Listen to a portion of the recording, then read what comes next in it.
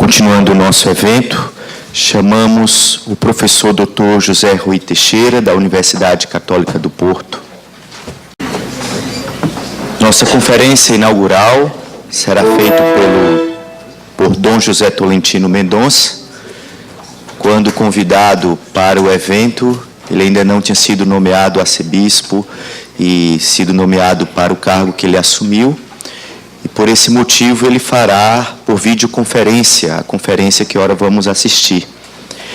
E será distribuída folha de papel para quem quiser fazer perguntas. E os monitores recolherão as perguntas para serem feitas a Dom José Tolentino. José Mendonça nasceu no Mexico, que é uma pequena terra do arquipélago da América, uma ilha atlântica, e é um ilhéu, portanto, e fez os seus estudos teológicos em Lisboa, na Faculdade de Teologia, portanto é presbítero da Diocese do Funchal. Depois, entretanto, tem uma carreira que passa por Roma, quer ao nível de estudos, quer ao nível administrativo. Foi o reitor do Colégio Português, em Roma. Depois regressou a Portugal, onde exerceu diversíssimas funções, como diretor do Secretariado Nacional de Pastoral da Cultura, onde fez um trabalho absolutamente notável de diálogo entre a cultura e a fé e a Igreja. E foi nomeado vice-reitor da Universidade Católica Portuguesa e tinha acabado de assumir a direção da Faculdade de Teologia desta mesma universidade, quando soubemos todos que seria o bibliotecário e arquivista da Santa Sé. Importa ainda dizer, para além destas questões que, sendo importantes, não são as mais importantes. Do Tolentino, e para ser muito breve, importa dizer fundamentalmente 3 coisas, 4 talvez. Primeiro é falar um pouco da sua obra ensaística no âmbito do pensamento teológico, filosófico e literário. É uma obra notável. A obra que mais me impressiona, para além desta obra ensaística, é a sua obra poética. O Tolentino Mendonça é, em Portugal, um poeta que realmente ocupa um espaço fundamental. É um valiosíssimo poeta. Tem uma obra que nasce no princípio da década de 90, com os dias contados, e tem uma série de livros já reunidos em poesia reunida até muito recentemente, sendo o mais recente A Teoria da Fronteira, de 2017. E tem outras 2 questões que importa acrescentar. É, de certo modo, uma coisa que quem o conhece reconhece nele. É aquela facilidade com que ele transpõe a erudição para a sabedoria. Uma facilidade quase natural, tanto no seu pensamento, como na sua escrita, como no convívio que vamos tendo com José Tolentino Mendonça. E guardei a 4ª, a última, para o fim. Portanto, a obra ensaística, a obra poética, esta ponte entre erudição, cultura e sabedoria, e finalmente a questão humana, propriamente dita. Quem conhece o Dom José Tolentino Mendonça tem este privilégio, esta bênção de lidar com um ser humano raro, um ser humano muito especial, que nos recorda certamente, como fará aqui hoje, este sentido este estado de graça, de nos sentirmos particularmente amados por Deus, nesta relação que ele vai estabelecendo com o mundo da cultura, com o mundo da fé, e com este sentido humano com que ele impregna cada dimensão da sua vida. Eu não sei se o José Tolentino Mendonça já nos ouve.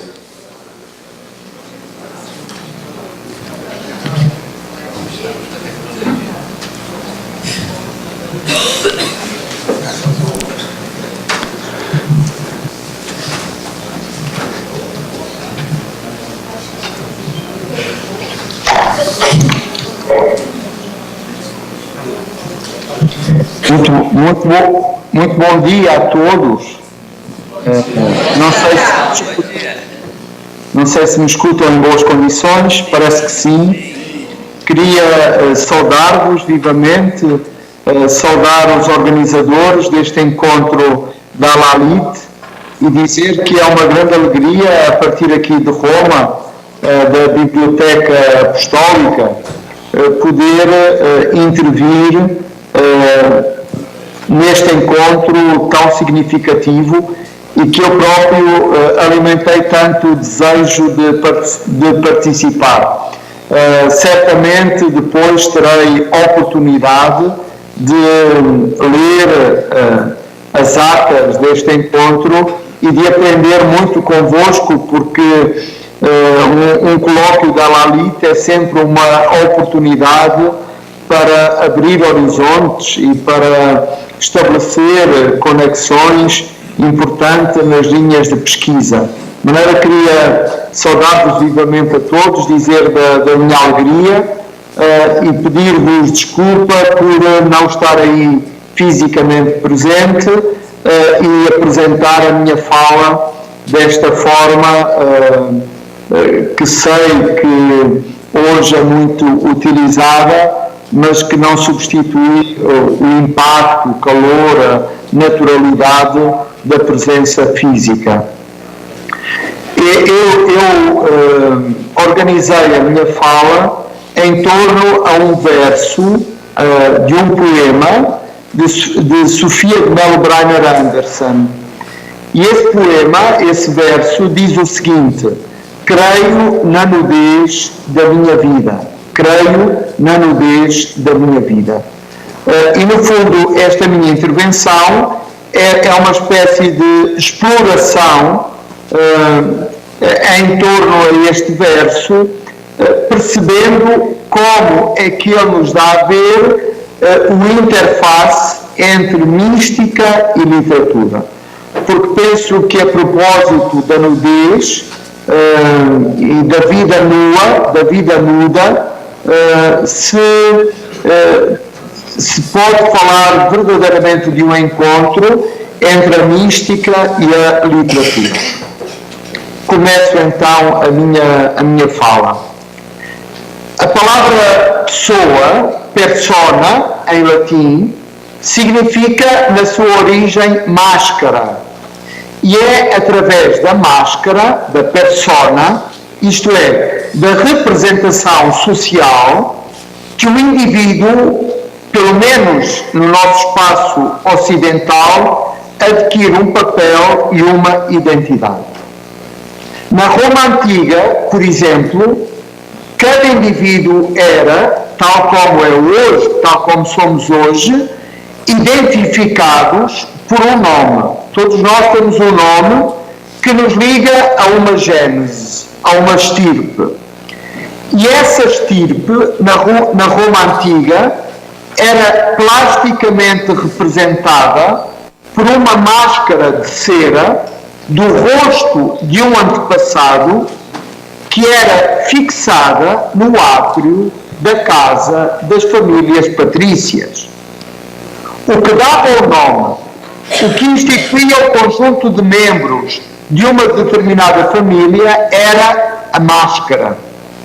E deste termo máscara, persona, ao termo personalidade, que refere o modo como cada um de nós atua no intrincado do teatro social, com os seus ritos, práticas e representações, vai verdadeiramente um passo. A ideia de persona, máscara, acabou assim por significar a capacidade jurídica e a dignidade política do homem livre. Não de todos os homens, porque nem todos os homens são considerados como pessoa no mundo romano, mas apenas do homem livre. O escravo, por exemplo, não tem antepassados, não tem máscara, não tem um nome e por isso não vinha considerado como pessoa. Dizia o direito romano: servus non habet personam. Os escravos não são pessoa, não têm persona, não têm a máscara. E aquilo que a máscara significa. Na cultura contemporânea, a persona expandiu-se ainda para campos ulteriores, referindo-se à dimensão moral, psicológica e estética. Tudo isto para recordar que quando pensamos em nós, não pensamos imediatamente na nossa nudez, mas pensamos na nossa máscara, nas nossas representações. E quando os outros pensam em nós, o que consideram é prevalentemente a nossa personalidade pública, a nossa máscara. As nossas sociedades ainda assentam neste pressuposto. Aquilo que conta é a máscara, isto é a personalidade pública. O decisivo é o que nos veste e não aquilo que somos.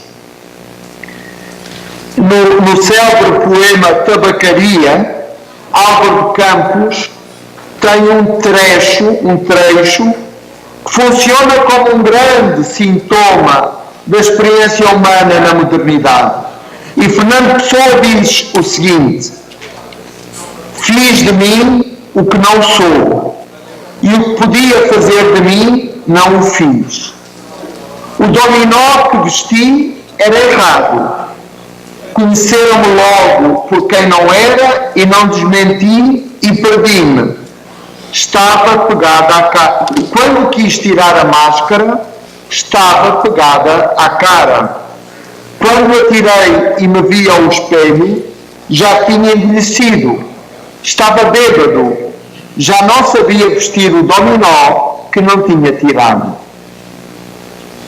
O jogo que estes versos constroem traduzem, no fundo, uma experiência que é a do sujeito moderno, que vive prisioneiro da própria representação, perdido no labirinto do seu eu fragmentado, incapaz de tocar a nudez.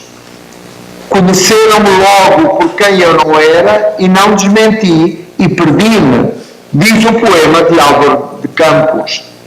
Esta é a nossa vida. O desencontro fundamental de que é feita a nossa história.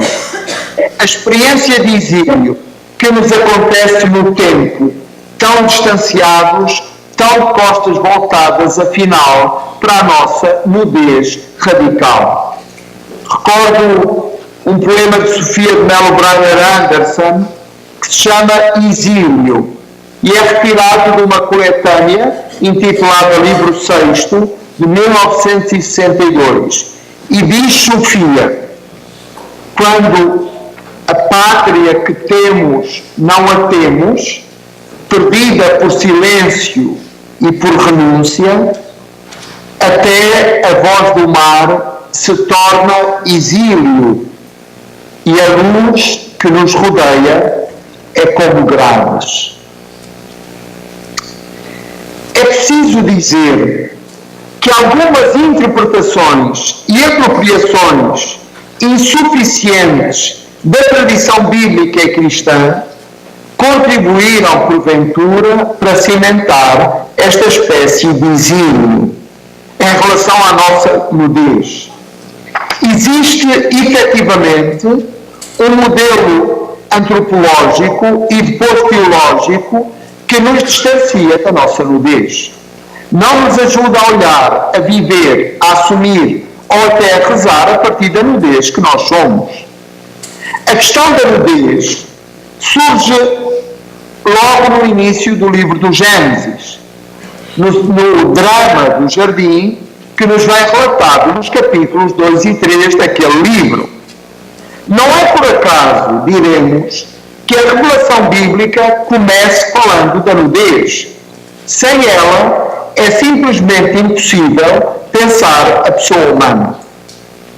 O capítulo 2 do livro do Gênesis narra a história da criação do homem e da mulher.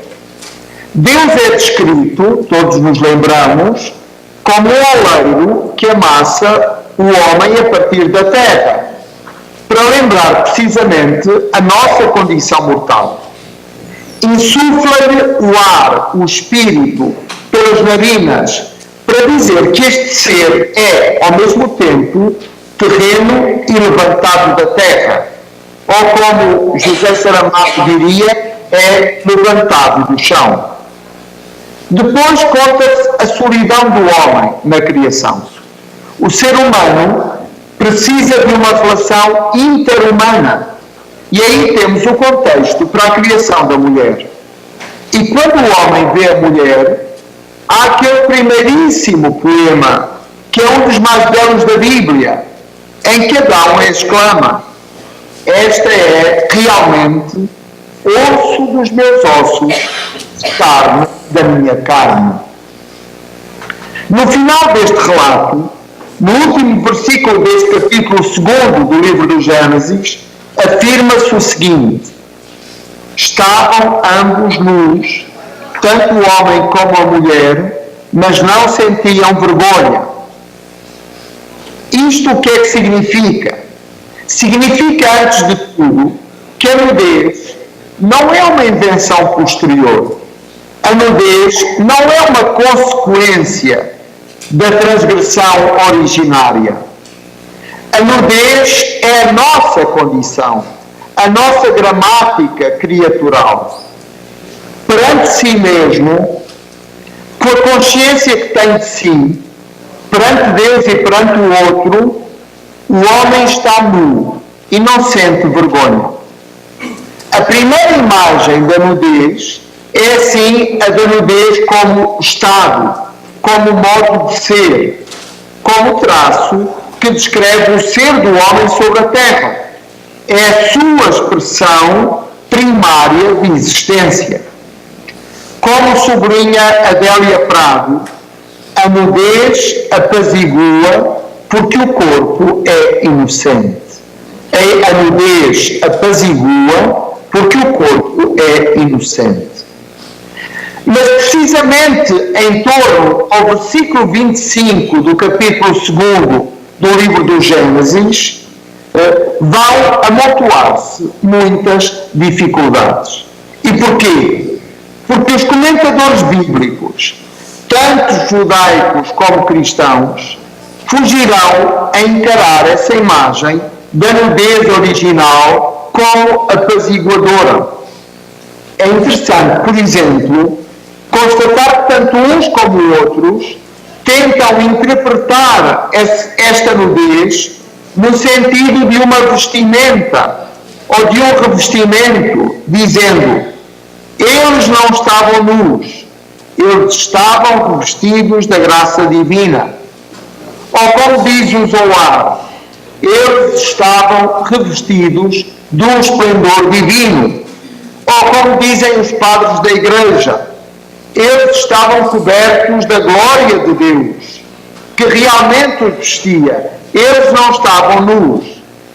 E São João Damasceno, comentando precisamente este passo do capítulo 25, a descrever estas palavras: mesmo se os seus corpos estavam nus, eles estavam cobertos pela graça divina.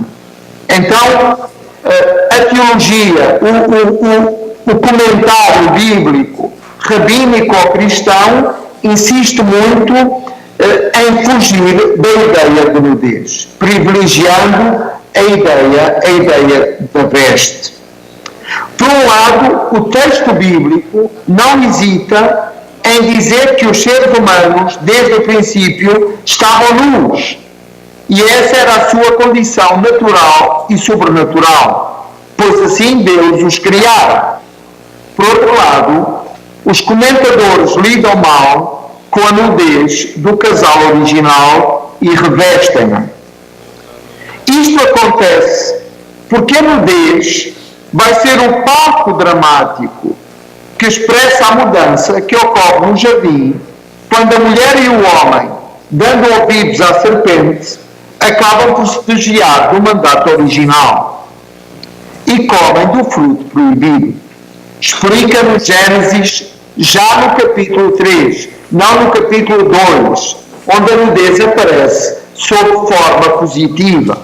No capítulo 3, diz o seguinte: quando eles comeram, abriram-se os olhos aos dois, e reconhecendo que estavam nus, cozeram folhas de figueira umas às outras e colocaram-nas como se fossem cinturas à volta dos rins. reconhecimento da nudez passa a estar, deste modo, associado à transgressão, à desobediência primeira. No fundo, é porque pecaram, para usar a linguagem tradicional, que os olhos deles se abriram e eles se depararam com a sua nudez. É curioso o jogo linguístico que no texto se estabelece com a palavra nudez. Em hebraico, nudez diz arom, e a astúcia, que é a característica principal da serpente, diz arum, a mudança de uma vogal. Arum, astúcia, arom, nudez. Etimologicamente, parece haver como que um parentesco entre os dois termos, apresentando-se assim a nudez como uma realidade ambivalente e ambígua. Mas sublinhamos este aspecto. A nudez que emerge no capítulo 3 é diferente da nudez do capítulo 2. Trata-se de uma nudez transformada pela experiência da transgressão. Veja-se aquilo que diz o capítulo 3 do livro do Gênesis.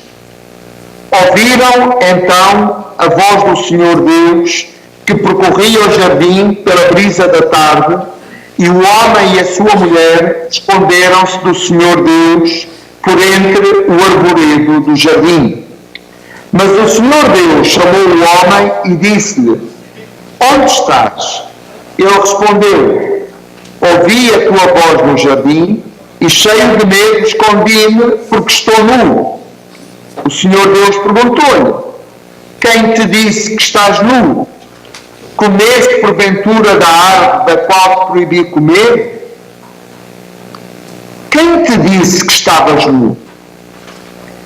A primeira nudez, que não levantava problemas, a nudez do capítulo 2, aquela que Adélia Prado designava como a apaziguada nudez da inocência, sucede esta segunda nudez, metamorfoseada pela própria experiência do pecado.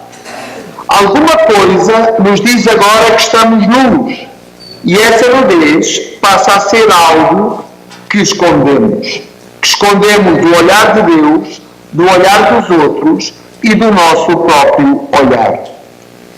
É significativo que ainda na conclusão do drama do jardim, sempre neste capítulo 3 do livro do Gênesis, antes de despedir o casal humano para fora do jardim, o versículo 21 nos diga o seguinte: Deus fez a Adão e à sua mulher túnicas de pele e vestiu-os. A vestimenta, a veste, torna-se uma espécie de proteção para o homem enfrentar a dificuldade do mundo, que é, como quem diz, a sua própria dificuldade de ser. Contudo, não é apenas sobre a veste que este versículo reflete. Na sua acessão inesgotável, diz-nos coisas fundamentais também sobre a nudez. E uma delas é que aí se joga o conflito, as linhas de ruptura e de reinvenção, o tumulto e o processo de consciência característico da construção de si. Na nudez, cada um de nós experimenta a extrema dificuldade de ser, essa complexa arte de existir, o drama da liberdade que caberá a cada ser humano representar. A nudez original, aquela que vimos primeiramente no capítulo 2, não era isso, mas agora passa a ser identificada como tal.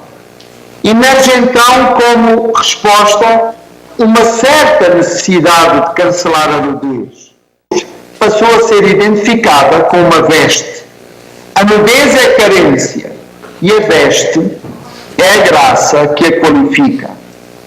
Nessa linha, Santo Agostinho usa a expressão indumentum gratiae. A graça é um indumento, é uma indumentária, é um vestido que nos é colocado.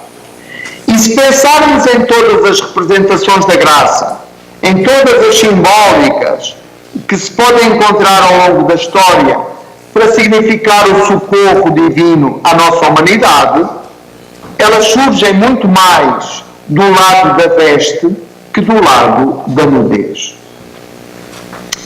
Gostaria agora de reportar-me ao discurso de um pensador contemporâneo, o italiano Giorgio Agamben, que tem trabalhado persistentemente a questão da nudez no contexto da história da teologia, quer judaica, quer cristã, e do seu impacto na imaginação ocidental. Num livro de 2009, intitulado Nudità, Nudez, ele escreve o seguinte, e parece-me de uma extraordinária clareza. Uma das consequências do nexo teológico que na nossa cultura une estreitamente natureza e graça, nudez e veste, é o facto de que a nudez deixou de ser considerada um estado e passou a ser vista como um evento, como um acontecimento. Enquanto obscuro pressuposto da adição de uma veste ou súbito resultado da sua subtração, a nudez serve para quê? Serve para ser vestida ou para ser despida por uma veste. Isto é, a nudez deixou de ser um estado ontológico, passou a ser apenas um evento, um lugar de passagem. Quer me seja acrescentado o dom da veste, quer me seja subtraída essa perda, a nudez passou a ser olhada como pertencente ao tempo e à história, e não ao ser e à forma. Na experiência que possamos ter, a nudez é sempre desnudamento, e colocar a nu nunca é uma forma, nunca é uma condição que possuímos estavelmente. Ela é sempre difícil de agarrar, impalpável, impossível de manter e de descrever. Fim de citação. Existe, assim, uma dificuldade fundamental que temos com a nudez. A nossa cultura, e até a nossa cultura teológica, não falta mística, já vamos aí chegar, olha para a nudez de uma forma prevalentemente negativa. A nudez é um estado de carência, é uma consequência da transgressão e não é encarada de uma forma positiva. Esta gramática passou a olhar a nudez como ocasional, um lugar transitório, esquivo e duvidoso, e não como uma condição. E daqui nasce também muita da nossa dificuldade em abraçar a nudez e o que ela significa. Mas, repito, mais do que uma dificuldade individual, trata-se de um interdito cultural, um limite do modelo teológico que acabou por triunfar.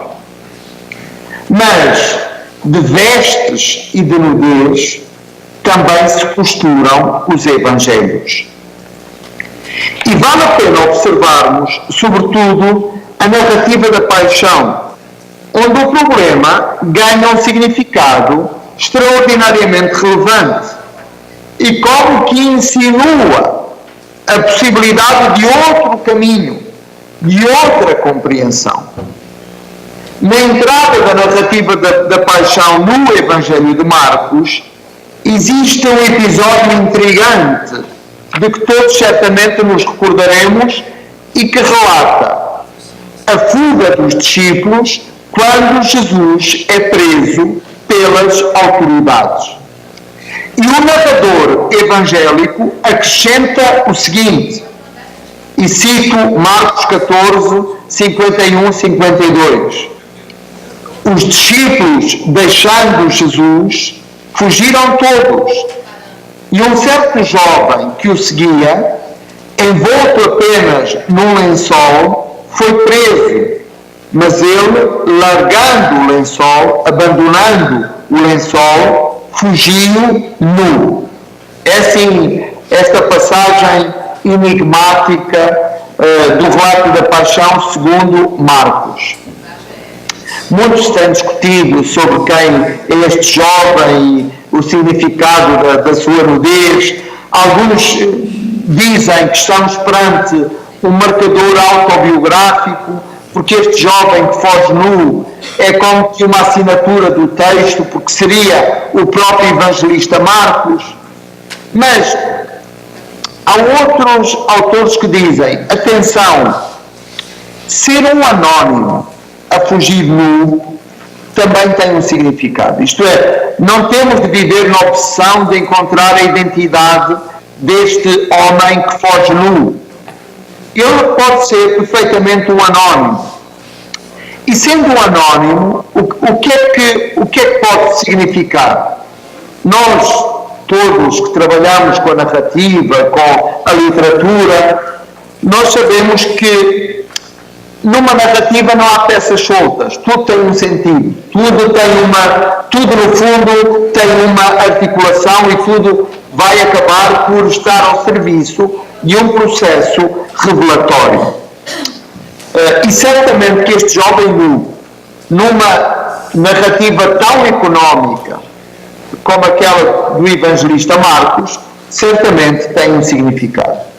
E um dos significados que os narratólogos dizem ser possível identificar é o que se chama o fluxo do real. Quer dizer, um detalhe inesperado da narrativa, como este, fornece um traço de real, que poderíamos resumir assim. Na paixão, porquê é que este jovem foge nu? Porque na paixão de Jesus a nudez está presente. De facto, a paixão de Jesus não é um debate, não é um confronto, não é um debate em torno às suas vestes. É uma problematização da sua carne. Pois a paixão vivida por ele é na carne, não nas vestes. Este fluxo do real, trazido aqui pelo movimento narrativo do jovem nu, é, portanto, uma referência que serve de chave para toda a hermenêutica da paixão de Jesus. Nas narrativas da paixão, nos 4 evangelhos, encontramos indicadores, quer da nudez, quer das vestes. Pois na sequência dos acontecimentos descritos, ora Jesus é vestido, ora é despido. Interessante este aspecto. Em Marcos 15, por exemplo, conta-se que os soldados levam Jesus para dentro do pátio, para o pretório e convocam toda a corte. Nessa ocasião, revestem Jesus de um manto de púrpura e colocam-lhe uma coroa de espinhos. A paixão é por isso também o momento em que Jesus é vestido. Mas em São Mateus, no capítulo 27, narra-se desta forma uma consequência da paixão. Jesus clama com voz forte, Eli, Eli, lema sabachthani. Isto é, meu Deus, porque me abandonaste. E o que é que acontece? O véu, a veste, o véu do templo rasga-se em dois, de alto a baixo. Então nós temos este paradoxo. Os soldados vestem Jesus e Jesus despe o templo. Expõe o templo a qualquer olhar. Anula a cortina que ocultava o Santo dos Santos, o santuário. Quer dizer, Jesus, na sua paixão, expõe a nudez de Deus. No capítulo 19 do Evangelho de São João, temos ainda outra memória da paixão de Jesus. E pode ler-se o seguinte, a partir do versículo 23. Os soldados, depois de terem crucificado Jesus, pegaram na roupa dele e fizeram 4 partes, uma para cada soldado, exceto a túnica. A túnica tecida de uma só peça, de alto a baixo, não tinha costuras. Então os soldados disseram uns aos outros: não a rasguemos, tiremo-la à sorte para ver a quem tocará. Assim se cumpriu a escritura que diz: repartiram entre si as minhas vestes e sobre a minha túnica lançaram sortes, nudez e vestes. Na iconografia cristã, a nudez de Jesus é tratada com muita descrição. A gente sabe que o crucificado estava nu, mas normalmente essa nudez é oculta nas representações iconográficas. Há apenas, são raros, digamos, os exemplos. Um deles é, de facto, o batistério dos arianos em Ravenna, onde no batismo Jesus aparece nu. Mas da nudez de Jesus, sobre a nudez de Jesus, nós tecemos uma grande descrição. Os evangelhos, porém, não hesitam em mostrar como Jesus é expoliado das suas vestes. E na cruz, ele está nu, para agravar o escândalo. Mas esta exposição da nudez tem um duplo sentido. A nudez de Jesus.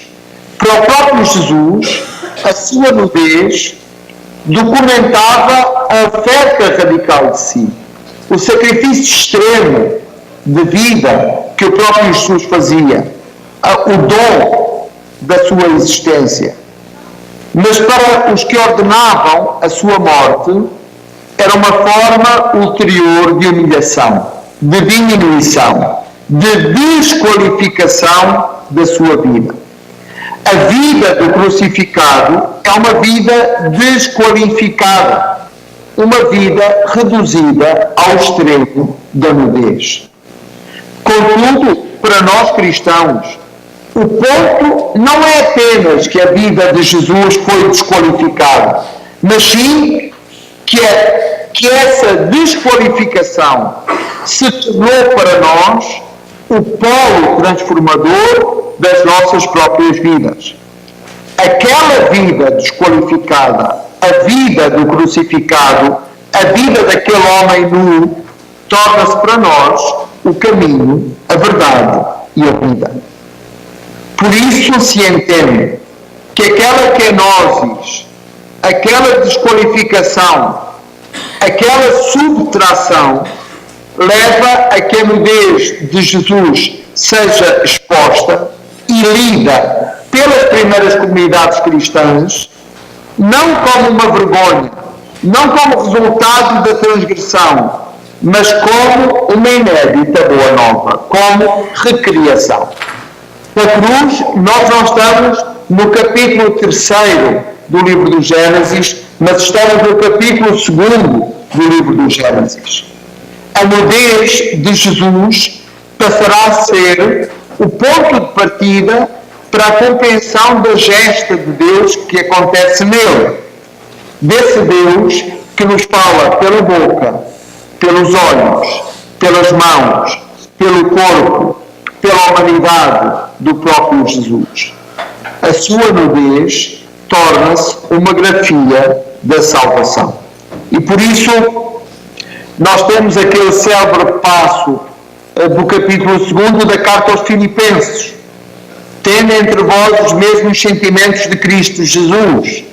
Ele que era de condição divina, valeu da sua igualdade com Deus, mas esvaziou-se a si próprio, tomando a condição de servo. Tornando-se semelhante aos homens, identificou-se ainda mais com o homem, rebaixando-se a si mesmo, tornando-se obediente até à morte e morte de cruz. Em Gênesis 3, a nudez era uma questão de desobediência. Em Filipenses 2, a nudez, o esvaziamento, a kenosis, emerge como expressão radical da obediência de Cristo, da verdade de Cristo. E qual é a verdade de Cristo? É a desapropriação. É a humanidade nua que Cristo oferece como dom ao Pai. É uma forma sem forma. é o não querer para si ser igual a Deus. É um esvaziamento de si, onde Deus se comunica. Jesus passa a ser, de facto, o mediador da viragem, no modo como a nudez deve ser entendida.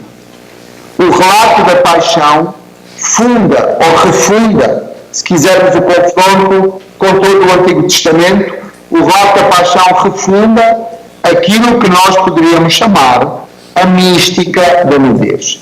Por isso, a nudez é uma categoria mística tão fundamental. O Evangelho de Tomé, que possivelmente é o texto apócrifo mais próximo dos evangelhos canónicos que nós temos, conserva o logiano seguinte, o logiano 37. Os discípulos perguntam a Jesus: Senhor, quando é que te manifestarás a nós e quando é que te veremos? Jesus responde: quando estiverdes nus e não tiverdes vergonha disso. Quando estiverdes nus e não tiverdes vergonha disso. Precisamos reencontrar a nossa nudez. E esse reencontro é alguma coisa a que a tradição mística nos ajuda. Porque esta nudez não é apenas física, não é um ato físico, é um caminho de maturação espiritual e mística.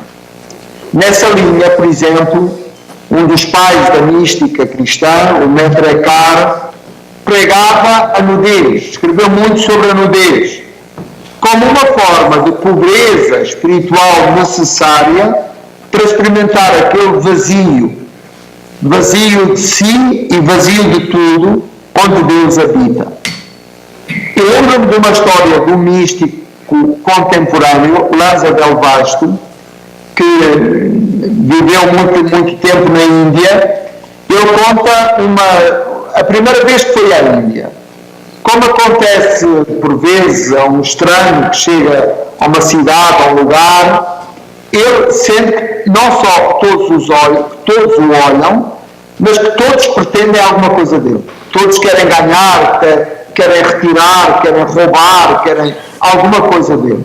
E ele, cansado, exausto daquele tipo de relação, foge da aldeia e caminha até encontrar um lago, onde pensa que está completamente sozinho. O que é que ele faz? Finalmente, em paz, tira todas as vestes e nu mergulha dentro do lago. Quando ele sai, com terror, ele percebe que lhe tinham roubado tudo, inclusive as vestes, e que ele estava ali nu. Mas ele, nos seus escritos, conta esta coisa extraordinária. É quando os outros o olham nu que começa a história verdadeira de relação dele. Relação de amizade e de amor com aquele povo. A verdadeira hospitalidade começa a partir da nudez.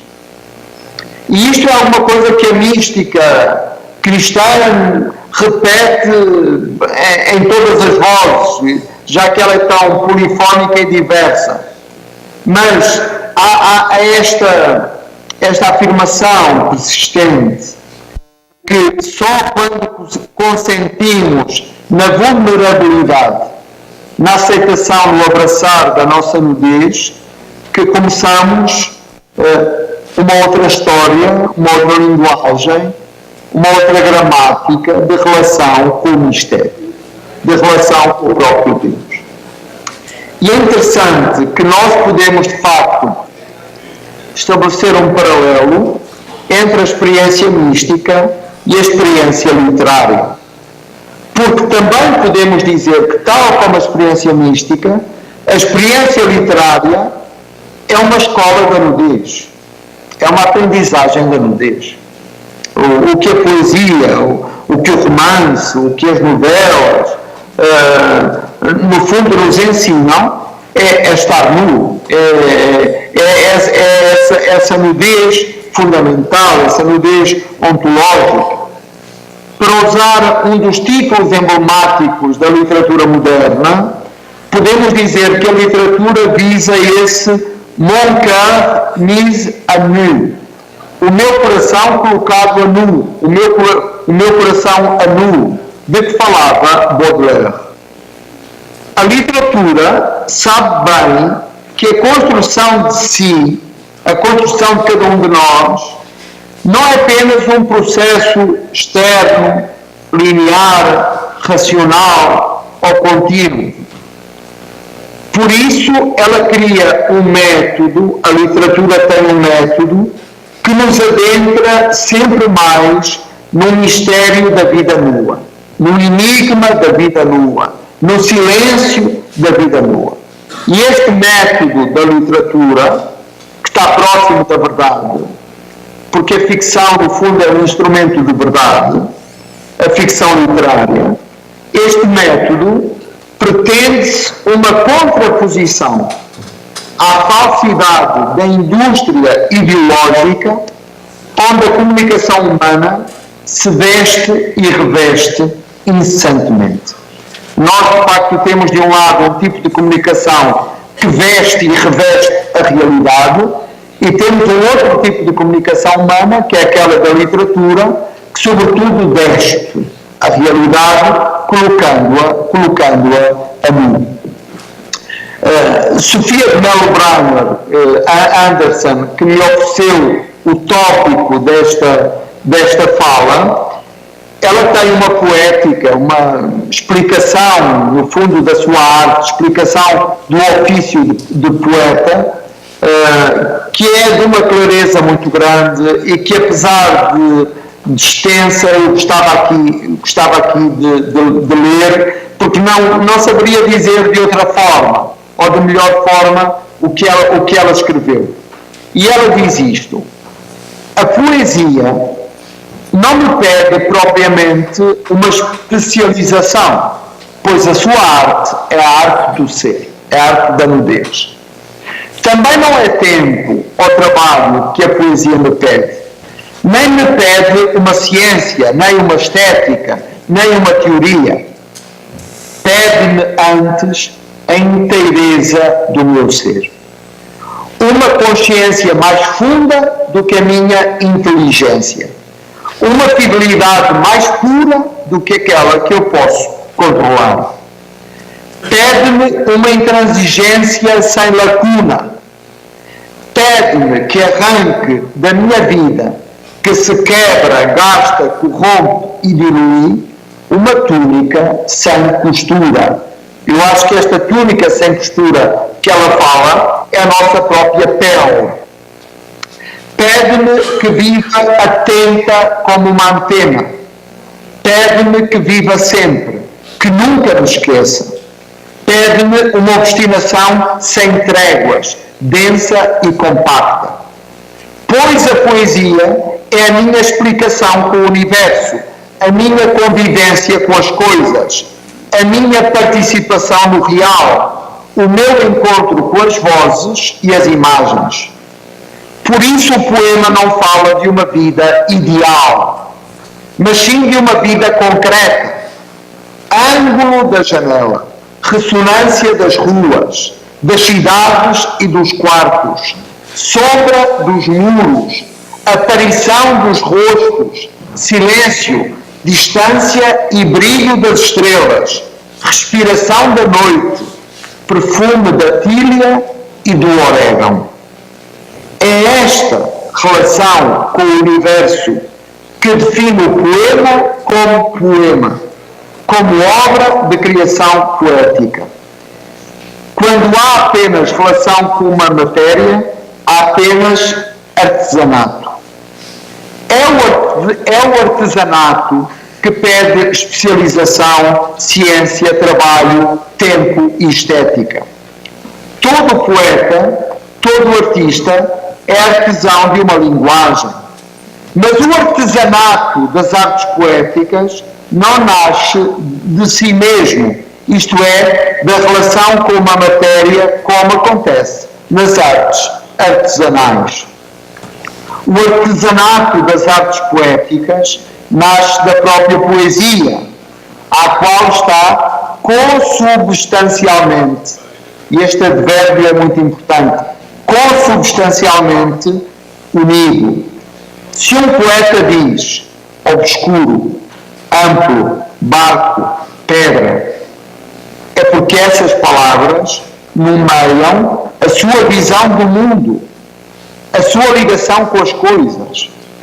Não foram palavras esteticamente escolhidas pela sua beleza, foram escolhidas pela sua realidade, pela sua necessidade, pelo seu poder poético de estabelecer uma aliança. E é da obstinação sem tréguas que a poesia exige que nasce o obstinado rigor do poema. O verso é denso, tenso como um arco, exatamente dito, porque os dias foram densos, tensos como arcos, exatamente vividos. O equilíbrio das palavras entre si é o equilíbrio dos momentos entre si. E no quadro sensível do poema, vejo para onde vou, reconheço o meu caminho, o meu reino, a minha vida. De que falamos aqui, nesta longa poética de Sofia Brunner Anderson, senão da nossa nudez? Concluo. Tanto a mística como a literatura são experiências nuas. E temos de valorizar essa nudez. Quer uma, quer outra, constituem-se como formas dissidentes em relação ao ornamento, em relação ao ornamental. No seu campo de operação, não se trata de revestir, de colocar mais um véu, um filtro ou uma máscara. Tanto a mística como a literatura assentam na nua evidência do que somos, sem evanescências, sem escapismos. Aquilo que nos é dito com clareza no texto da carta aos Hebreus: não te agradaram sacrifícios nem oblações, mas deste-me um corpo. Mas deste-me um corpo, que é como quem diz: deste-me uma nudez.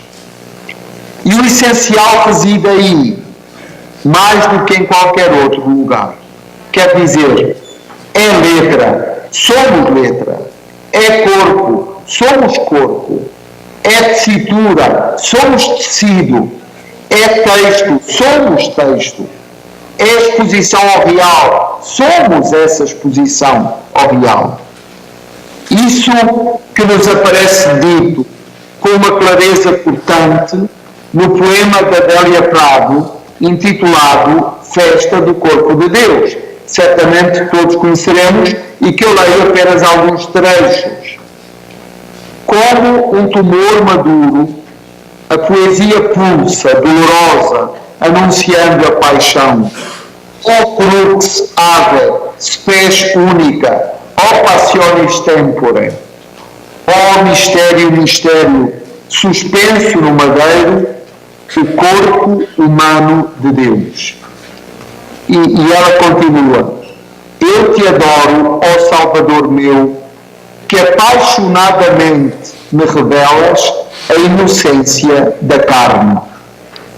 Expondo-te como um fruto nesta árvore de execração, o que dizes é amor. Amor do corpo, amor.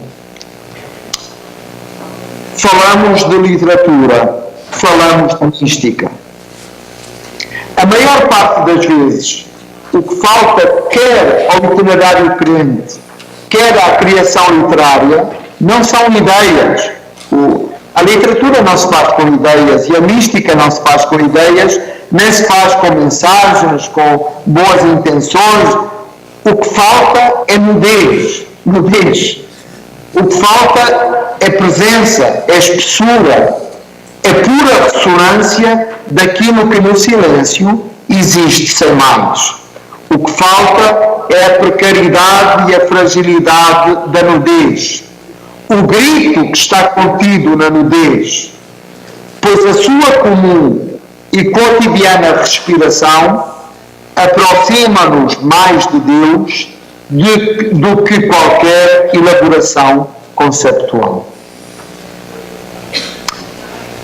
Qualquer experiência espiritual autêntica, e podemos dizer também qualquer experiência literária autêntica, não é senão uma experiência nua. Supõe uma confiança e uma entrega sem garantias, uma confiança e uma entrega incondicionais, à maneira de Abraão e daquilo que Abraão descobriu, subindo nu das suas certezas, das suas ilusões, das suas expectativas em relação ao próprio Deus, quando Abraão subiu nu ao Monte Horebe. A mística e a literatura são nuas, são realidades nuas. Porquê? Porque não possuem o objeto que as funda. Elas são sempre alter, sempre outras. Acreditam encontrar a Deus se avançarem ao seu encontro, mas Ele não está lá. Procuram em toda a parte, prescrutam em cada detalhe onde Ele possa estar, mas Ele não está em parte alguma. A Deus jamais alguém o viu. E o que nos é dado tocar é o sepulcro vazio. O que nos é dado tatear são as paredes nuas desse silêncio finalmente nosso. Finalmente nosso. E a mística faz-nos comungar o silêncio. Comungar o silêncio. Deus revela-se ausentando-se, dizem os místicos. Entre Deus e nós há um espaço vazio, diz-nos a literatura. O espaço entreaberto e nu, como o arco rasgado do corpo do crucificado. E nós, leitores, nós crentes, movemo-nos nesse espaço. O essencial está na pureza da nudez, da nossa nudez, que é feita da nossa carne e do tempo de Deus. A nudez é a única prece, é o único texto que podemos entrever. E é por isso que, para mim, uma das mais belas orações que eu conheço em língua portuguesa é também um dos mais belos versos que eu conheço, e que é este precisamente de Sofia de Melo Brainer Anderson, que eu escolhi nesta fala comentar. Creio na nudez da minha vida. Muito obrigado.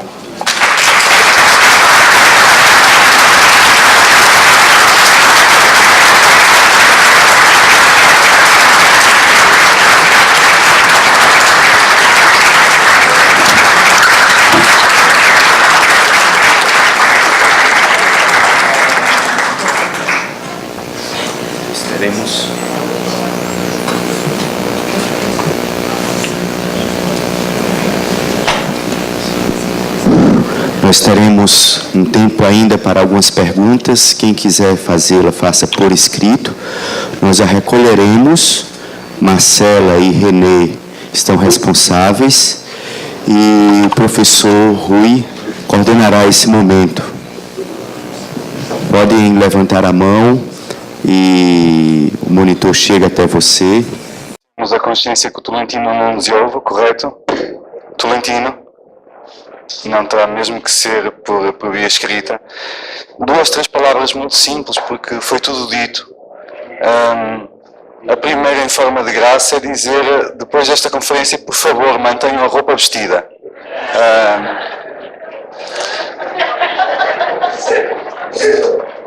Caso houvesse... Desculpa, Roberto, não se estava a ouvir?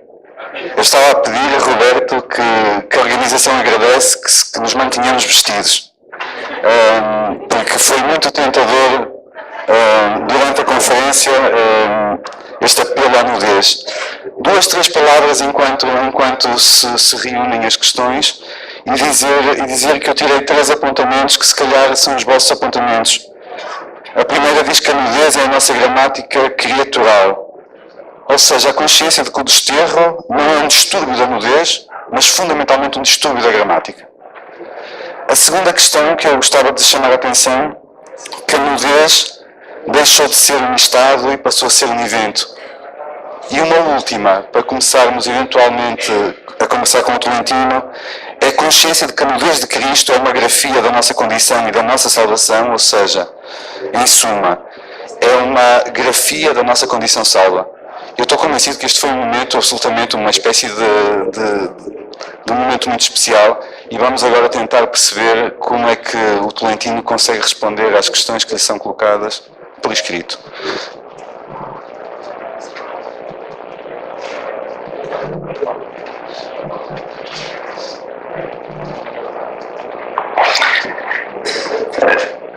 A minha nudez é não poder ouvir-vos e poder apenas ler-vos, de maneira que é também a minha forma de pobreza.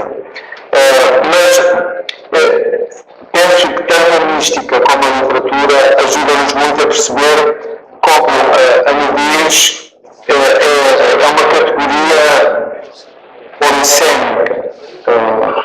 E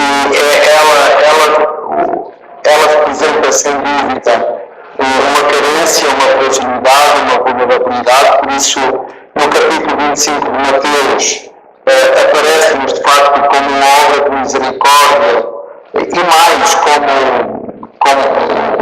um mandato de encontro com o próprio Senhor, o vestir de luz, o revestir a nudez,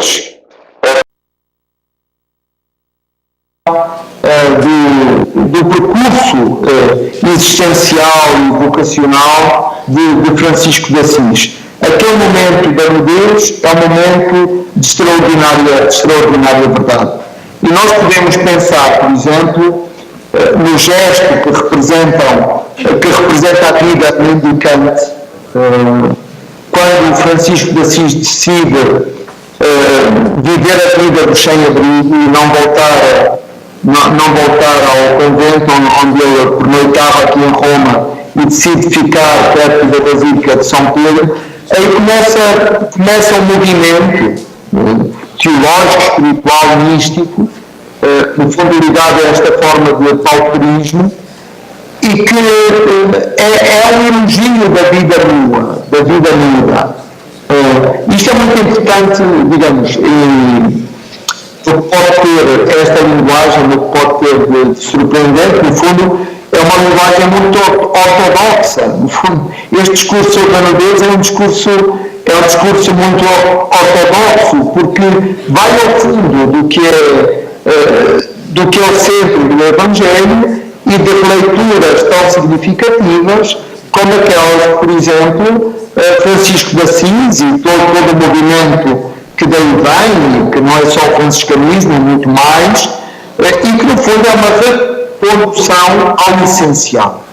E este retorno, este regresso, esta redescoberta do essencial, do espírito original, é sempre colhida a partir da imagem da nudez. Como sabemos, quer a literatura, quer a mística, quer a teologia, no fundo, nós funcionamos não apenas por conceitos, funcionamos por imagens. E a imagem da nudez é isso, é uma imagem.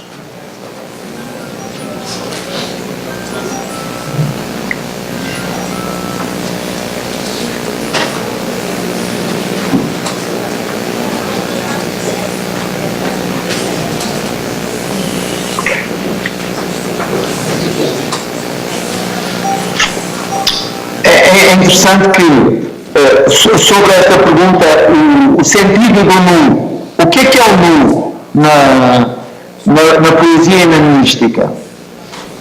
É assim, em última análise, o nu é o desejo de silêncio.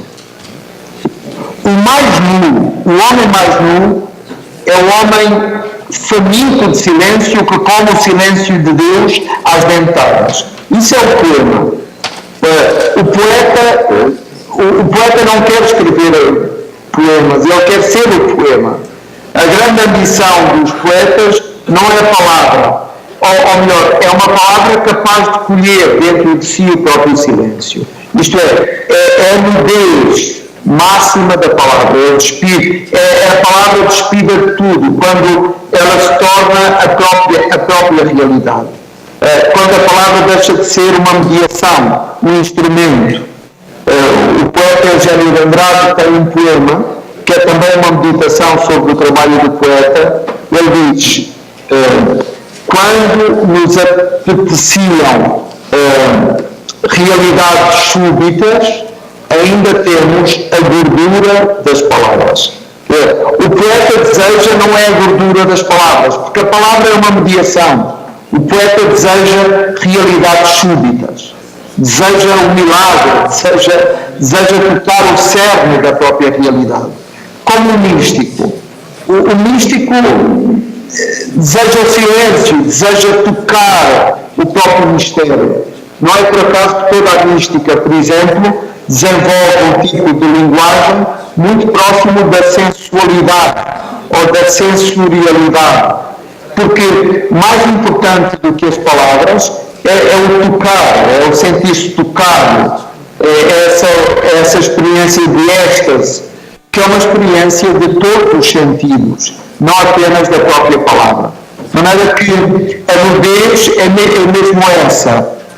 É a nudez que nos leva a ir além da própria palavra, ir além do próprio conceito, e tocar, e cheirar, e sentir, e morder a orla do mistério de Deus, morder o mistério de Deus, se quisermos.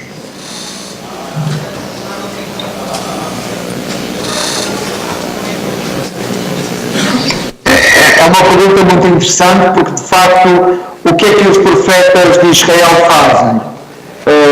Desnudam a realidade, porque tal como acontece hoje no mundo contemporâneo, com uma sociedade de informação, nós não vemos a realidade, vemos os véus, vemos aquilo que querem que nós vejamos, há tantos filtros, e o profeta do Antigo Testamento e o profeta de hoje é aquele que mostra a realidade escancarada, que faz romper de alto a baixo o véu que cobre o templo, que cobre a verdade, e a mostra e a expõe com coragem, com desassombro, e nesse sentido também os profetas andam à procura da palavra nua, quer dizer, é aquela palavra onde cada um de nós pode encontrar consigo mesmo. Quando o profeta Natan vai ter com o rei David e lhe conta a história, a parábola daquele rico que fazendo um banquete vai matar a ovelha única daquele homem que tinha apenas uma, e quando o rei fica cabeça perdida a dizer: mas quem é esse homem? Esse homem merece um castigo. Natan diz ao rei David: esse homem és tu. Então aquele momento é um momento de nudez daqueles véus de consciência que o próprio David colocava em relação a si mesmo e ao seu pecado, em relação à sua fragilidade. De maneira que os profetas são digamos, mediadores de uma nudez que tem a ver com a verdade perante Deus.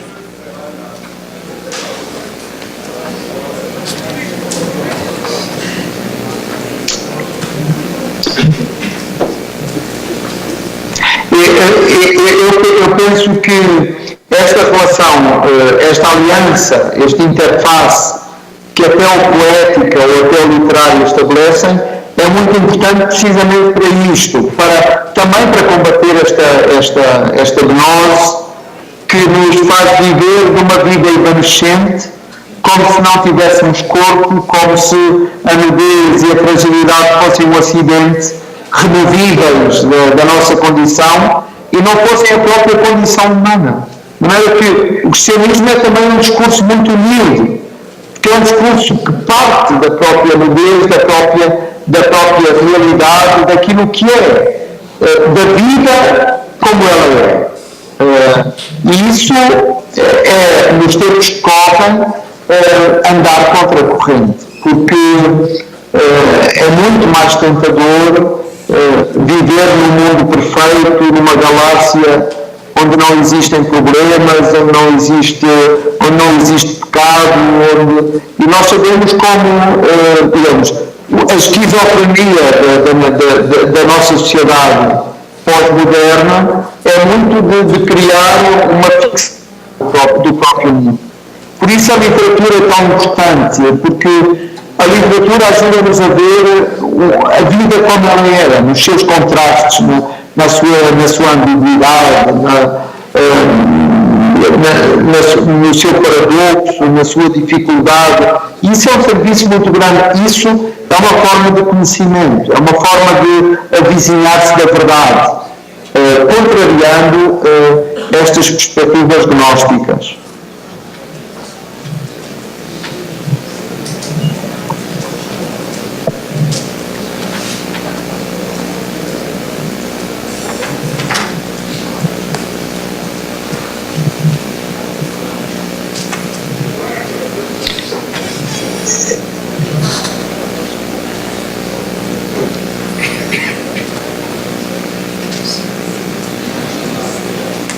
Eu não sei se percebi, estão-se despedindo. Está bem. Obrigado, Maria Clara, um abraço grande. Foi uma alegria muito grande e a certeza que não nos deixaremos é exatamente esta forma de comunicação, mesmo agora com este novo ministério. O Papa Francisco quis colocar no meio dos livros, e no meio dos livros não apenas para guardá-los materialmente, isso sem dúvida temos de fazer e bem, mas o que é guardar o livro? É dar uma nova oportunidade de ser lido, de ser conhecido, e aqui nós somos aliados. Eu continuo a ser um de vós, no sentido de que somos todos infinitos leitores e sabemos a importância que tem a literatura e a poética para o saber da fé, para elaborar o discurso crente. Muito obrigado, do fundo do coração.